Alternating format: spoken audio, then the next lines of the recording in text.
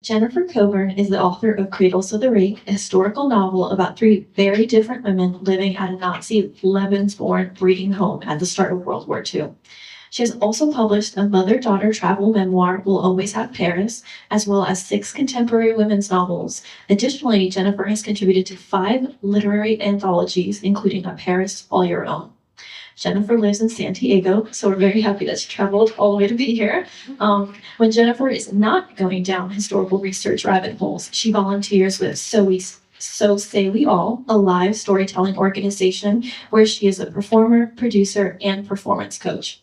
She is also an active volunteer with Reality Changers, a nonprofit that supports low-income high school students in becoming the first in their families to attend college. And Jennifer will be joined today in conversation with local author Jane Wood. So our interviewer, Jane Wood, is the author of 6 award-winning juvenile fiction books where she weaves history and science into stories filled with mystery, adventure, and humor for young readers ages 8 to 14. She has also written a nonfiction how-to book for authors called Schools, a Niche Market for Authors.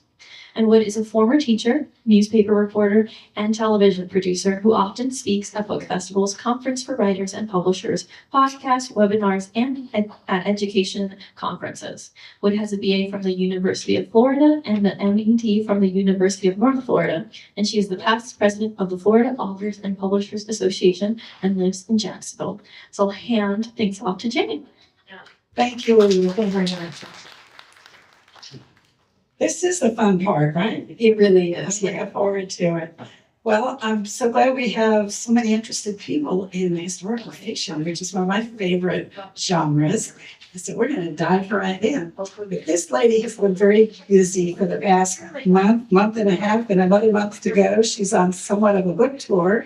She's been to California, Indiana, Wisconsin, Illinois, Ohio, Georgia, South Carolina, North Carolina, and finally got to Florida. So I know she's got to be a little tired, but I think that's very good when so many people get to meet an author that they enjoy. So when do you have time to write? Gosh. Well, first of all, thank you so much for coming out. And thank you for taking the time to interview me. I'm so grateful to the Jacksonville Library and also to Book Notes for being here with my novel. So I love this part of the book writing process. We were talking about this a little earlier. Writing for me it's interesting and it's enjoyable and it's gratifying, but there is nothing I like more than getting out on the road, visiting states where I haven't been, and talking to readers. So when do I write? Well, I'll be going back home to San Diego next week, and I'll be taking a month break to do some revision on my next book. Tell us about the next book. Oh, gosh. I just published this one. Give me a moment to enjoy. Okay, so the next one I will tell you is not set in Nazi Germany. It is set in Greenwich Village in 1955, and it is loosely based on my mother's experiences as a beard, which is a fake girlfriend for gay men in the 1950s in Greenwich Village. So, yeah, so I'm really excited about that, and just enjoying doing the research and hearing all about my mother's younger days. Well, let's get back to what I know they want to hear about the 2 books, in particular, The Girls of the Glimmer Factory. And I am just so impressed with the amount of research that you have to have done. I mean, the names, the German names, all the words, the clothing, the food, the architecture, the Jewish traditions. You have so much of that in there. Who do you go to and how do you find all of that information? Well, thank you very much. And if you are a history buff or someone who likes to read the author's note before you read the book, you will enjoy my 14-page author's note where I tell you exactly how I did my research and also where I took some creative liberty for the sake of the narrative. For Girls of the Glimmer Factory, I worked with 22 subject matter experts. Some were experts on the Holocaust, some were experts in the camp, others were language and culture experts in both German and Czech. And then I also had a Jewish sensitivity reader. I hate that term sensitivity reader because it really doesn't have much to do with sensitivity. She just wants to make sure that I'm Jewish. I grew up in New York City in the 1970s and 80s. I know what that experience is, but I do not know how Eastern Europeans in the 30s and 40s celebrate the holidays. So I don't want to have them lighting the wrong candles or saying the wrong prayers. So 4 sensitivity readers and 22 subject matter experts, including a food historian. So when you read this novel, you will see there are some scenes where there are people in coffee shops. So first I have to figure out, would they be in a coffee shop in Berlin at this point in the war, or would they be fearful and staying inside? Once I have cleared that up, I need to know what is available in the coffee shop for civilians at that time. How much sugar do they have access to? How much would this cost them in their ration cards? And here's a fun one. This is something you will never notice unless we talk tonight. In chapter 3, Hilda is taking a walk with her friend, and they're just walking in Bamberger by the canal, and they see a flock of geese. And believe me when I tell you, this flock of geese has nothing to do with the story. It is just 100% scene setting. So I also worked with a naturalist to make sure that I have the right birds in the right part of the country in the right season. And then I learned that they have to be flying a certain direction.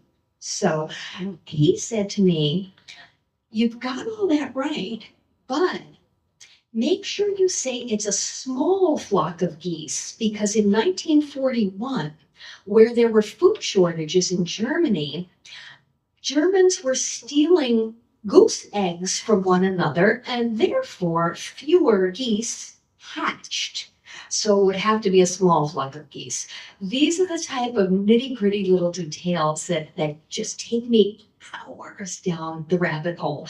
But I really feel strongly committed to giving readers an authentic sense of time and history, and especially given the subject matter, it's really important to me to get it right. Who knew? Geese. How many of you have read The Girls of the Glimmer Factory? It just came out a few weeks ago. Oh, good. Oh, Good. thank you. Yeah. And I've read it and I enjoyed it immensely. But the history, it was just very, very powerful. And it definitely took you there during that time period. I wonder, why did you use the two characters, Hannah and Hilda, Okay. to tell the story? So for those of you who have not read the book yet, this is a 2 point of view character book. And one is a Jewish prisoner named Hannah Kaufman, who she's a Jewish young woman who is sent with her grandfather to the Theresienstadt concentration camp. Then I have another character who was Hannah's best friend back in her childhood, and she is now a member of the Nazi Ministry of Propaganda. So my mother asked me, why do you give this woman voice? Why are you giving this point of view oxygen? She was also in the first book, Cradles of the Reich, which was told from 3 different points of view. So let me back up a little bit and tell you that in Cradles of the Reich, I wanted to have 3 women that represented the choices that German Gentile women had in 1939. There was the resistor, there was the bystander, and then there was the all-in Hitler girl. And again, my mother said, why? Why do we need to hear from her? We know Nazis are bad. We don't just focus on the two others. And my reason for this was it is too easy for us to say when we look at people who buy into propaganda that discriminates against others. Those people over there a long time ago were bad.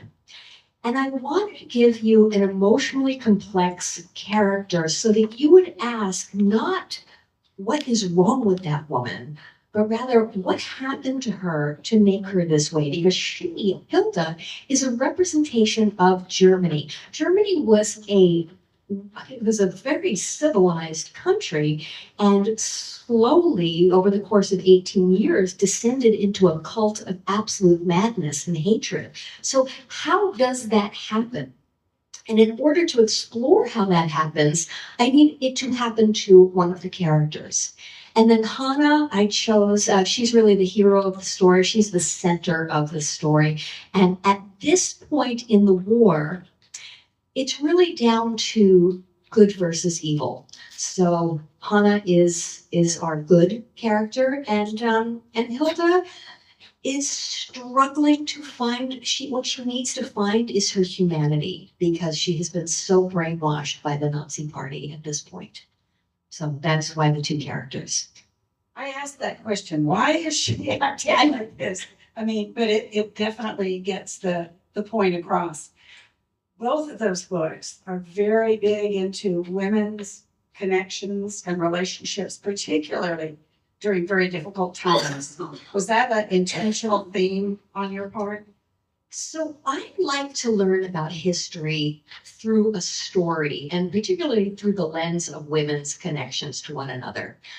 I did not do particularly well in high school history because the textbooks were just, here are the battles, here are the dates, here are the invasions. And I really wanted to know, what was going on? What were people wearing? What were people thinking? What were they talking about? What were they eating? And who had a crush on whom? And who was in love with whom? And who betrayed each other? So I got into writing historical fiction quite by accident. Before I wrote Cradles of the Reich, the last book I had published was called We'll Always Have Paris. And it is a mother-daughter travel memoir that follows my daughter Katie and I through, this is why we need editors, through 12 European cities. And we're fumbling along as we go. And before that, I wrote 6 romantic comedies. So I took a really hard turn into historical fiction about Nazis because I wanted to read a book about the Lebensborn Society. Did anybody watch the show Man in the High Castle? Okay, right. Okay, so it was based on the Philip K. Dick novel of the same name, and it was set in 1962 after Hitler won the war. So it was a dystopian novel, several really disturbing story elements. But one of them was a beautiful blonde woman who said, I was born through a Lebensborn program, the baby bleeding program. And I said, oh gosh, they're so creative. And for some reason, I looked up the Lebensborn program and I saw this black and white photo of a row of nurses all lined up, almost in a military formation. And they were holding these little babies that were created to make the master race.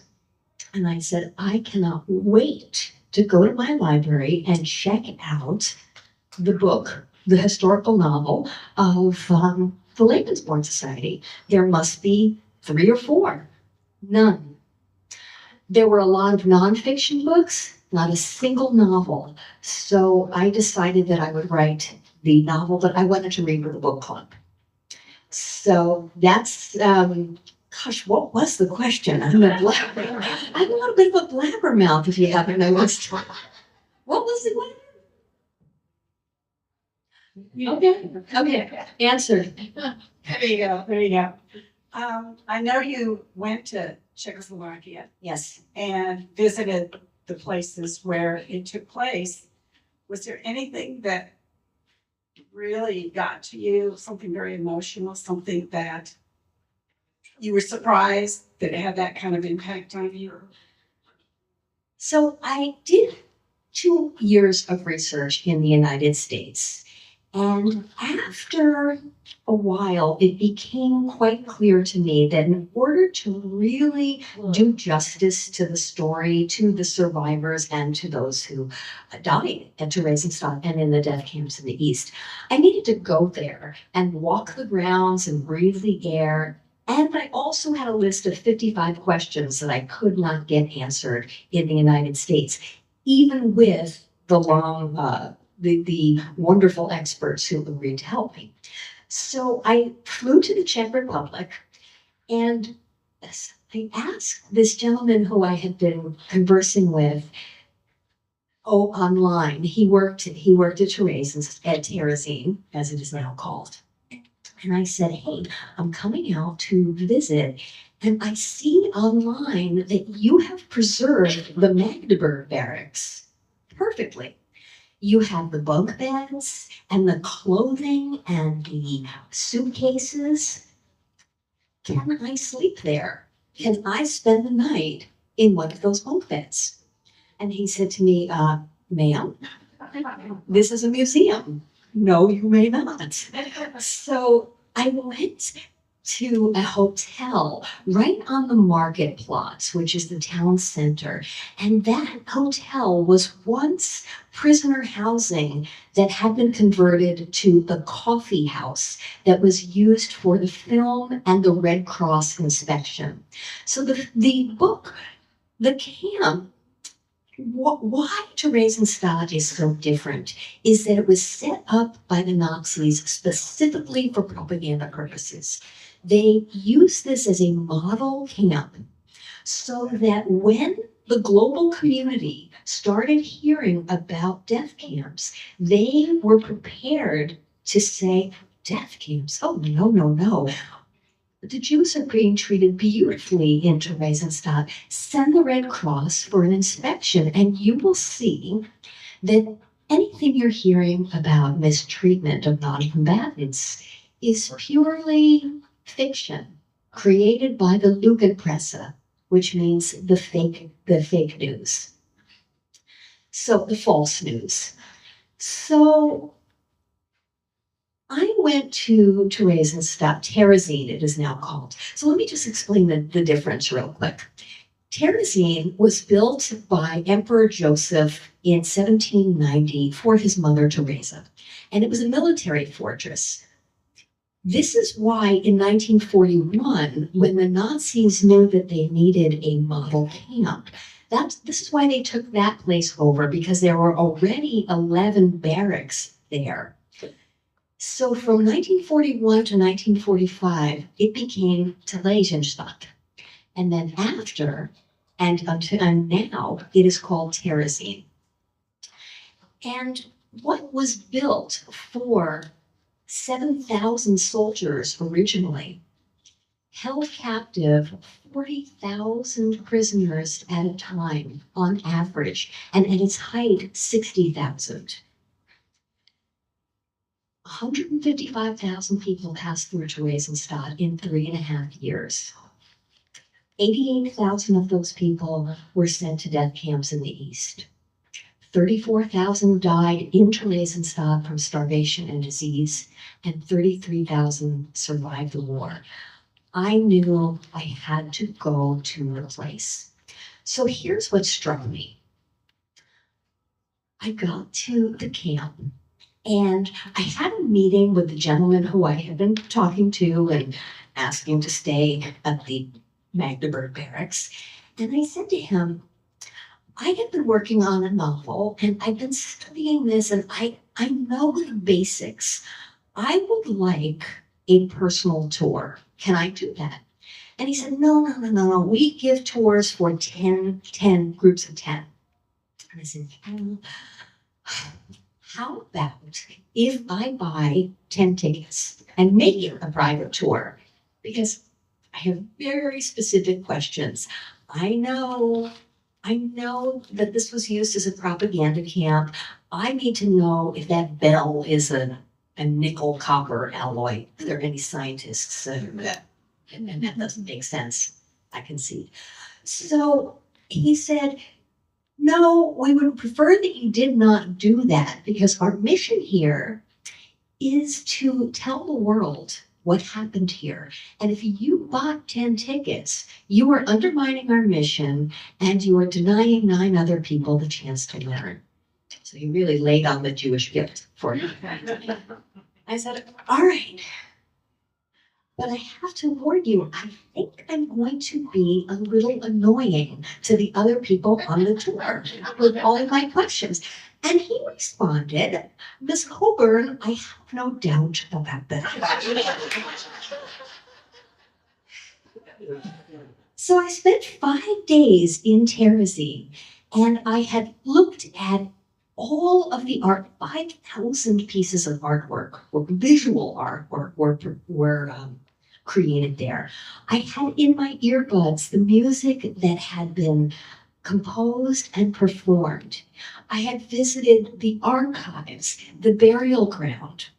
And finally, on day 5, I had seen everything twice. And I thought, I think my work may be done here. So I went back to the memorial site, which is a mass grave, and I just kind of sat quietly and I said, what do I do next? What more can I provide for readers? I have the secret synagogue. I've been to prominent in housing where the high status prisoners stayed. What more do I need to see? And right at that moment, my phone pinged. And it was my friend who is an author. She wrote the book, Kafka's Last Love. And she said to me, I see from Facebook that you are in Theresienstadt. And my friend at Hudita is an expert in the camp. And let me see if she has time to help you. And then before I could even respond, ping, hi, it's Hudita. No, I cannot help you. However, I have a friend who is a principal of a high school, and his students are working on a long-term project about the history of the camp. If they are there today, which is a long shot, but if they're there, and if they're willing to have you join them for their research project, is that something you'd be interested in? I said, absolutely. So then she emailed me, or she texted me, or whatever, however she got in touch with me, and she said, can you be at the bridge behind the church in 10 minutes? Now, Theresienstadt, Theresienstadt is 3.5 square miles. I can be anywhere in 10 minutes. So I met up with this group of teenagers who were making a documentary film about the history of the camp. And I found this to be such a beautiful irony because at the camp in 1944, a fake documentary was made by the Nazis. And I have this beautiful picture of this young Czech boy looking through his camera right next to a picture of this Nazi looking through his old Vinton camera and making his fake film. So I helped them a little bit with the English translation. I really enjoyed our time together. And then they said, come to lunch and meet the other people who are in our student group. And you'll hear about the 3 projects that they're working on. So one was the documentarians. The second group was students who went into people's homes and, with permission, dug up their floors, their walls, and their attics. It's really cheap to live in Theresienstadt, and that's why. You have to let people come into your house and break down the walls. And I was ready to go with them when these 3 teenage boys said to me, oh, you know what, Miss Jen, don't go with them. Come with us, and we're going to show you something really special. They took me to a chain link fence with a slash in it that led to one of the many tunnels and underpasses in Terezin. And there I saw hundreds of prisoner etchings carved into the sandstone and the brick. And it was so deeply moving to see the names, the hometowns, drawings. It was like those graffiti and cave paintings, all from prisoners who wanted to tell the world, we were here. Our lives mattered. Please remember us. So there is a scene in this novel where two of the characters come across these etchings in the tunnels, and that is where I learned about it. So I owe it to those three little rascals who took me through a hole that they probably cut with their pocket knife. And that was, I had so many experiences in Terezin that were almost magical. Like things I needed to happen just showed up at like the tour. The tour was now a private tour. I don't know if you believe in this sort of thing, but if you do, I got my private tour. Thank you, ancestors. And they were Jewish ancestors because I didn't pay full price. Just saying. Sounds like it was meant to be, bumping into the students. So many of the experiences. Oh, that's wonderful. When you talk about the fake video that the Nazis were making, music played a very important part, and other cultural. You referred to the art, but music was so powerful for them. Talk a little bit about that. So Theresienstadt was an absolutely hellish place. People lived in squalor, in military barracks. They were given very meager rations, and they were performing slave labor for the Nazi war effort 10 to 12 hours a day. So I always want to remind people that this was a concentration camp. And one of the misconceptions about Theresienstadt is that the Nazis created it as an arts camp, but that is not true. An art scene, a vibrant art scene, emerged there because of the need for the creative need of the prisoners to perform, to write, to give lectures, to play music. And as I mentioned, there are 5,000 pieces of visual art, but 500 concerts were also performed at Theresienstadt.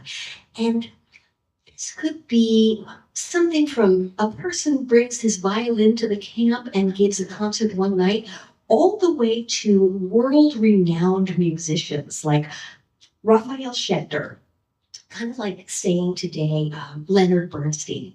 He was a conductor, and he taught a chorus how to sing Verdi's Requiem in its entirety in Latin. And it's often called the Defiant Requiem. It was performed 16 times, including during the visit with the Red Cross, the so-called inspection. And a lot of the prisoners said, Raphael, we have so much beautiful Jewish music. Why are we singing the Catholic funeral mass in Latin? And he said, we are singing to the Nazis what we cannot say to them. And that is, one day, God will be your judge and justice will be served. Another very popular musical was Brundabar. And that was a children's opera that was performed 55 times and was the hottest ticket in Theresienstadt. And no, I'm not saying hottest ticket as a figure of speech. There were actual tickets that were issued, and the shows were reviewed. Teenage boys started arts magazines and reviewed performances. And just 6 days ago, I had the immense privilege of meeting the daughter of the young, At the time, she was a young woman named Ella Steinova, and she played the cat in Brundabar. And if you look online and you see a black and white photo, and there's a girl standing in the front, and she's wearing all black and has whiskers on, that's Ella Steinova. She survived the war and went on to live in Israel. Then she lived in New York, and her daughter came to see my talk, and I was so honored to have her there in the audience. I brought her a little pair of cat ears. If you're on Instagram, you can see that. And she brought for me to see her mother's star and a piece of a wood carving that she made there in Theresienstadt under the guidance of her teacher, her art teacher, Friedel Digger Brandeis. Now, you've all heard art therapy. It's used with veterans quite a bit, and art therapy was born at Theresienstadt. So this isn't music, but I think equally important was this Bauhaus artist decided that she was going to use this opportunity with the children to ask them to get your feelings out onto the page. We're going to paint how we feel today. We're going to do collages of our inner angst, anxiety, fear, and that is how art therapy was born. One of the quotes from the book that I had to write down was, "Where there is music, it cannot be so terrible." So again, some kind of therapy, something that gave them some joy while they were in those horrible conditions. One of the other things that comes through on both of those books is resistance. Sometimes it was very subtle. And then, of course, those that were very overt, we usually don't hear about them again. They disappear. Talk a little bit about the resistance that happened in both books. Oh, wonderful. So you mentioned where there is music, it cannot be so bad. That is an actual quote from Alice Harris Summer, who was a survivor of Theresienstadt. She lived till 110 years old. And a documentary film was made about her called The Woman in Apartment 6 or The Woman in Room 6. And if you listen to her talking about the music and how much joy it brought her, it really brings home the importance of the arts to these prisoners and how important it really is to all of us. She said, well, she didn't say, but among the prisoners there was a saying that joy is an act of resistance. And Rabbi Leo Hecht, no, I'm sorry. Can somebody help me out here? You look like you know what you're talking about. Leo Beck. Leo Beck. Okay, thank you. I have a little brain. I'm a 58-year-old. So, Leo Beck said, these times that we perform or are in the audience during a performance, these are hours of freedom. And if you listen to interviews of survivors through the Shoah Project, many of them will use this phrase that to enjoy life in spite of your circumstances, to create art, that was an act of resistance. But there was also resistance, where people were trying to undermine the efforts of the Nazis. Yeah, that was a big part of both of those stories. And the one question that I want to come back to that we both forgot was the relationship of women. Oh, yes, the connections, particularly during difficult times. That theme runs through both of the books. I count on my women friends to see me through difficult times and also to celebrate the joys of life. And to me, those connections are some of the most meaningful ones that I have. So that just to me seemed a natural place to go with the story. I want to talk a little bit about the writing process. As an author, I always like to find out how other authors come up with their ideas. What's their schedule like? We have a thing we authors talk about, either we're a planner or we're a pantser. A planner is someone who usually does an outline or some form thereof, and a pantser is someone who flies by the seat of her pants.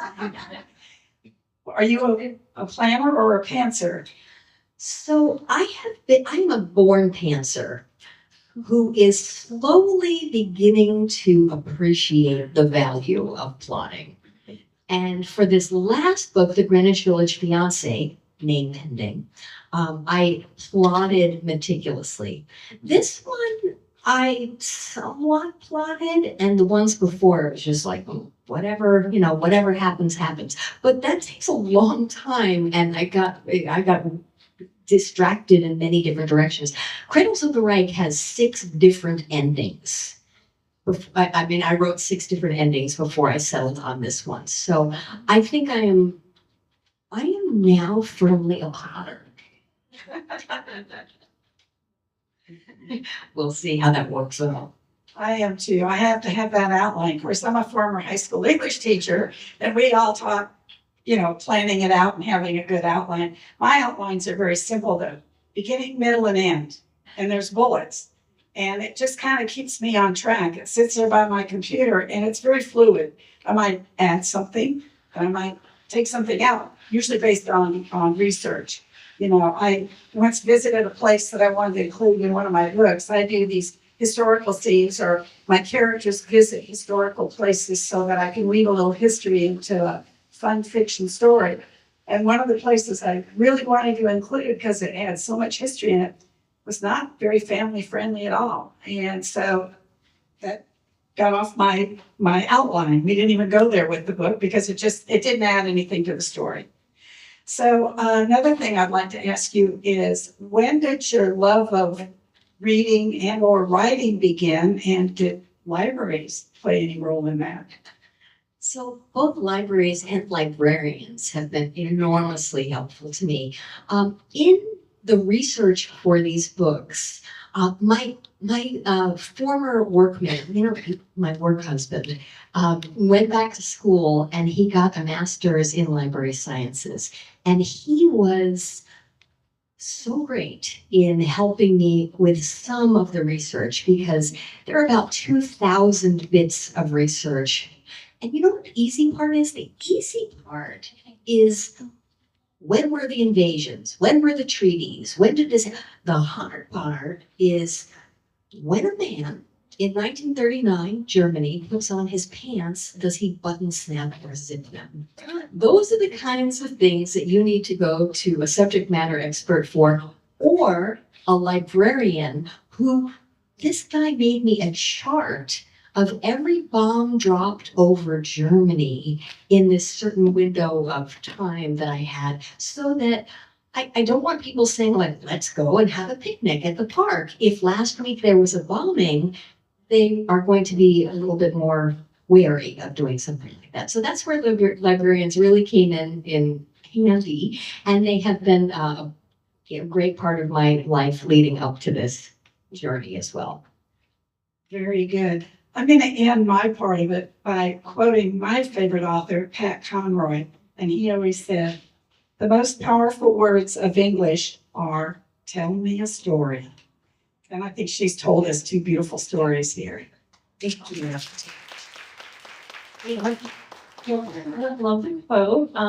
So we are going to open it up to our audience questions for this part of the program. So if you do have a question, go ahead and take the clipboards and write it down. And if you already have one ready, we do have volunteers at the end of each row. So pass them down and we will collect them. Let's see, we already got one going. Love it. I'll go ahead and grab some here. We'll start us off. So we'll hand these to Jamie.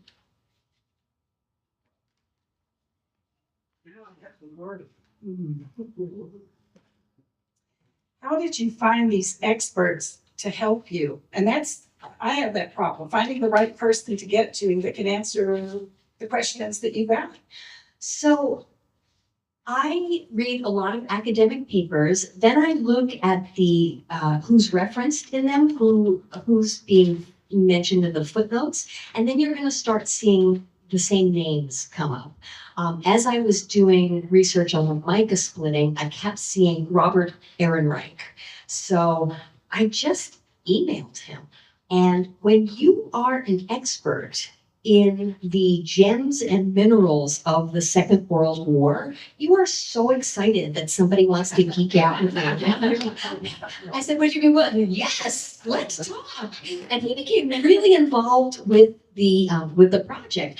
I actually borrowed a story of his about his father, who was a kinder transport. So shockingly, people were very, very open and receptive. If there was an author of a book, I emailed them. And 9 times out of 10, people wrote back. I have found the same thing. And that question came from someone who says, I am a writer. I never hesitate to pick up the phone and call somebody. And they're very, very helpful. Sometimes it's an email, sometimes it's a phone call, but I very rarely have somebody say, oh no, they want to help you. Of course, I'm saying I'm writing children's books that are going to be used in schools, and I want it to be accurate. So sometimes you just gotta be gutsy and pick up the phone and call. I'm gonna let you read that one, and I'll go on to this one. My mother-in-law was born in Germany in 1923. Unfortunately, she died when my husband was 18, and they never got her life. They never got her life before she married an American. They never got her life before she married. The story. The story of her life, thank you, before she married an American GI, my father-in-law. Did you lose any family members in the Holocaust?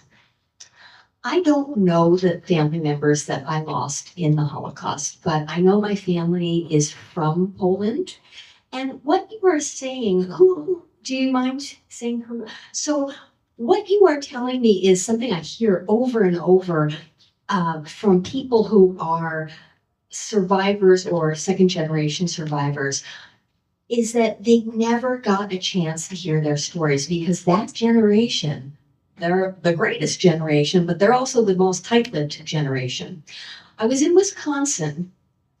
In her case, she is German, not English. So I always wondered where her life was from. Interesting. So I would love to hear about Hilda. I was able to meet with a gentleman who, I don't know what year he was born in, but he's now 92 years old, and he was German Gentile, and he was a member of the Hitler Youth. And I was very curious to talk to him because he was not at all defensive. He was repentant, but he said, he just told it like it was. He said, I loved Hitler. This is why. He made us feel like we were part of something, and I was terrified of Jewish people. I thought that they were going to kill me. So I did find that most people from that generation were not, especially German people, were not that forthcoming about their experiences. But I will say, in Wisconsin, I did meet 2 women whose mother was a prisoner at Theresienstadt. And I said to her, oh my goodness, where did she work? And she said, they both said, the Glimmer Factory. And I said, tell me everything. And they said, we don't know anything. We came here to learn about the Glimmer Factory because our mother never spoke of it because it was so painful for many of the German civilians and certainly for the Jewish prisoners. For those who haven't read the book, tell them what the Glimmer Factory was. Oh, okay. So the Glimmer Factory was the mica splitting operation. That is, mica is a very soft stone that can be split into little pieces that are like about fingernail size. And it is a natural electrical insulator that the Nazis used to stuff into the tubes of Luftwaffe airplanes. And that reduced the risk of fires and electrical shorts. So the women never knew why they were splitting mica, but they knew that they were fortunate to be there because if they met their production quotas, they would not be transported to Auschwitz. So I was talking to my daughter and I said, you know, they made this fake propaganda film And these women were working, they called it the Glimmer Factory. And she said, well, there's your title. And because publishing is a collaborative effort, it is now called The Girls of the Glimmer Factory. Wonderful. This one's a little long, but it's interesting. You mentioned Cradles of the Reich, that Jews were taxed for Kristallnacht. Did I pronounce that correctly? Yes.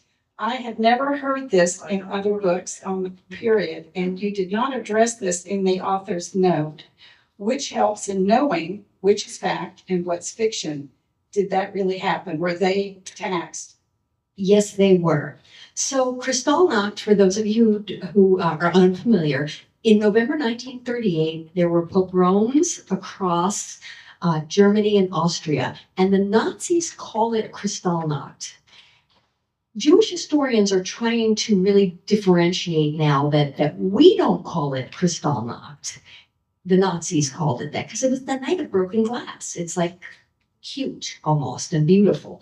So during Kristallnacht, when windows were broken and shops were looted and people were arrested and killed, afterward, the Jews were fined for the cleanup in Germany. Can you believe? So yes, and I'm sorry I didn't lay that out in the author's note, but thank you for asking. Who is the character Hannah Kaufman based on? Hannah Kaufman is not based on a real character, but her grandfather is. Oscar Kaufman is based on Philip Maynes. Philip Maynes was one of the very first diaries that I read. He wrote a book called As If It Were Life. And he was so optimistic and always talking about the great turnout at the lectures that he organized. And I actually found myself getting frustrated with him. And I kept trying to remind myself, like, you are in no position to judge somebody's choices under these circumstances. But I wanted to put somebody who had rose-colored glasses, and that was Oscar. And the saddest part of Philip Maynes' story is that his diary ends mid-sentence. He was transported to Auschwitz on one of the last transports and exterminated upon arrival. So that is Opa Oscar. And Hannah Kaufman is really just a figment of my imagination, the person that I thought needed to be there. Your books really hit home the message of lest we forget. However, our current political climate was contrary to this, or is contrary to this. How do we convey the importance of this message to future generations, especially in light of our misinformation culture, which denies the existence of the Holocaust? Thank you so much for that question. So, there is a lot of anti-Semitism and Holocaust denial. So how we combat that is to talk about it, to remind not only our young people, but our peers that this did happen, and this is how it happened. You know, when I was a little girl, I really thought that one day the German people elected Hitler, and then the next week he opened Auschwitz and exterminated 6 million Jews and 5 million others. But it was an 18-year process, which started with an unsuccessful insurrection in Munich by Hitler, after which he was arrested. And when he was in prison, he wrote Mein Kampf. And it was a very slow erosion of truth. And it was a propaganda campaign brilliantly executed. So it's not enough to just remember, but we have to remember how. And we have to know what the early warning signs of the rise of fascism look like, because that is our only chance of combating it. So thank you so much for the question. I will say it's the first, this is my 20th presentation, and it's the first time somebody has asked that question, and I've been waiting for it so eagerly. Wonderful. Got a couple more here, and if there's more, please pass them up. Who are your influences for historical fiction? Well, I love Kristen Harmel, who's from this area, and Madeline Martin, who's also from this area. Kristen Harmel did a lit chat for the Jacksonville Library. I know because I was the moderator for that one. Wonderful. So Madeline, I invited her here tonight, but she is on her way to London to do research for her next book. I tend to, I love Martha Hall Kelly. And I'd say if anybody influenced me the most, it was Martha Hall Kelly, because I read The Lilac Girl. She did 3 perspectives. I was like, then that's what I'm doing. I'm doing 3 perspectives. And she worked with Alexandra Shelley, who's a great developmental editor. And I was like, then I'm going to work with Alexandra Shelley. So she has had a great deal of influence on me. And if we have time, I would love to tell you my favorite going down the historical research rabbit hole story, but let's make sure we get to all of our audience questions. Okay. I'm not sure of the, you need these? Discuss Kinder Krusher. Oh, okay, yes. In current times in America. Oh my gosh, this is a quiz. Who asked this question? History teacher. Okay. And it means children, church, and kitchen. And what's that? So German women this is how the German women were sold a bill of propaganda. They told them that the most important thing, the most patriotic thing that they could do is have babies and plenty of them, which was why the Lebensborn program was started. And the ideal Nazi family had 4 children. And if you had 4 children, either through birth or by adopting through the Lebensborn program, the Lebensborn Society, you got a service medal called the Mutterkreuz, which means the Mother Cross. And if you had 4 or more children, you got a bronze medal. If you had 6 or more children, you got a silver medal. And if you had 8 or more children, you got a gold medal. So that was part of the propaganda campaign. And, I think we see it across the world. I mean, Vladimir Putin was also awarding medal crosses, not medal crosses, but awards for Russian mothers who had 10 children. I think that's a little ambitious, but yeah, that is happening today here and across the world. All right, so can I tell you Please. All right. So I love going down the historical research rabbit hole. And my favorite rabbit hole story is my favorite because it involves a rabbit. In Cradles of the Reich, Chapter 2, you will meet Hilda Kramer, who is in that book and this, because I couldn't get enough of that crazy lady. Anyway, so she comes home from high school and she smells that her mother is cooking Hassenpfeffer, which is a braised hare stew that is often cooked with red wine and bacon. And she says, Mom was cooking Hassenpfeffer. And they sit down and they eat the Hassenpfeffer, and I go about writing the rest of the book. And then I thought, you know what, that scene takes place in April. And stew is kind of like a hearty winter meal. Is that plausible that they would be eating rabbit stew in April?